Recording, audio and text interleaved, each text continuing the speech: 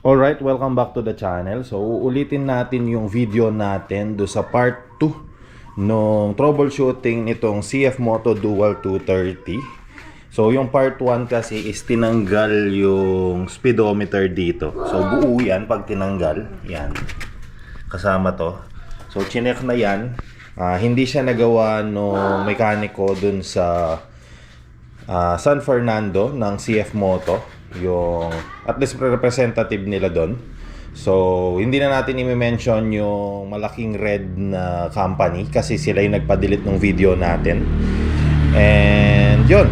So, ipapakita lang natin kung ano yung troubleshooting na nagawa para makatulong din doon sa mga kapwa ko na may CF Moto Dual 230. So, babaklasin natin tong head. Apat na screw siya. 1, 2. Kabilaan yan. 3, tapos 4. May isa dito. Yan.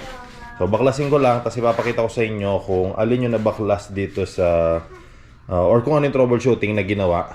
Kaso, pinadelete nga nila. So, nanonood pala sila ng mga video natin. Bali, hindi na ma-troubleshoot ni CF Moto. Hindi kasi nila makita kung ano yung naging problem. Tapos, si Big Red Company, pinadidelete na lang niya yung video kasi hindi na rin nila, parang ayaw na rin nilang i-warranty. Hindi na rin nila magawa ng maayos yung sa motor. So, yun. Papakita natin. Tignan natin kung ano yung magiging comment ng mga kapwa natin naka-dual 230. Baka sila kasi may nakagawa na ng issue na yun para magawa na rin siya. Actually, working yung speedometer, hindi lang accurate. Yun yung nagiging issue niya. So, kung wari, sa ibang motor, nasa 40 na yung takbo. Ito ang reading nasa 22 lang, 20. Hindi naman siya naka miles per hour, pero sabay kayo sa road. So magkasing bilis kayo. Mabilis pa rin yung motor, hindi lang accurate yung reading dito sa dash. Yan, so baklasin na lang natin siya.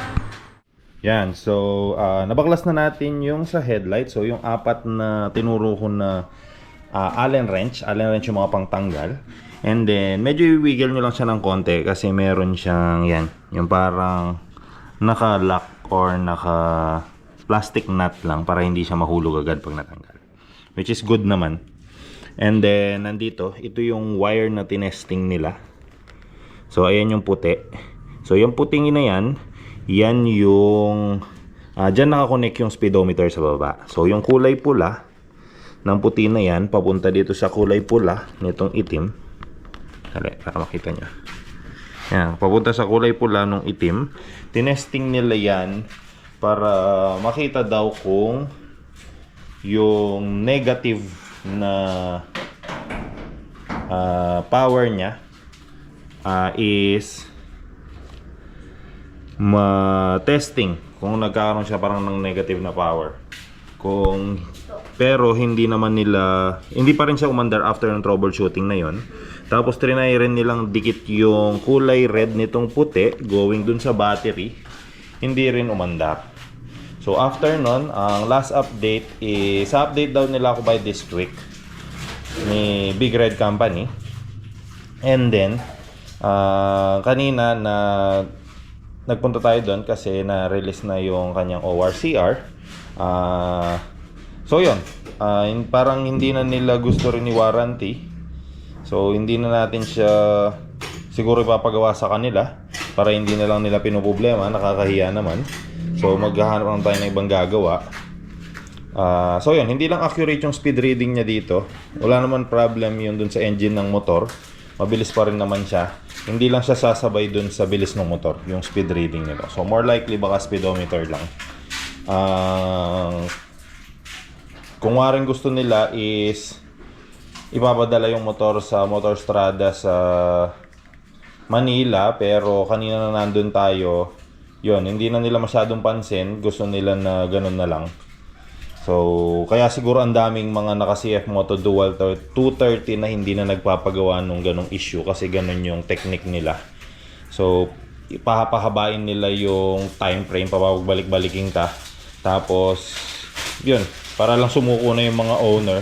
Ayaw nilang testingin na on-site. Kaya, yan. Yan yung naging issue nung CF Moto Dual 230. So actually hindi naman siya ganun kalaking issue kung siguro nasa Metro Manila ka, madadala mo doon.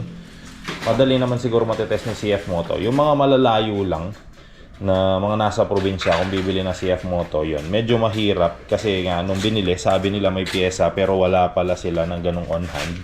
Tapos ang sinasabi nila is yun, actually to troubleshoot naman daw kung gustong ipapadala doon 3 to 5 days, and then indefinite lang kung kailan magkakaroon ng pyesa, pwedeng 6 months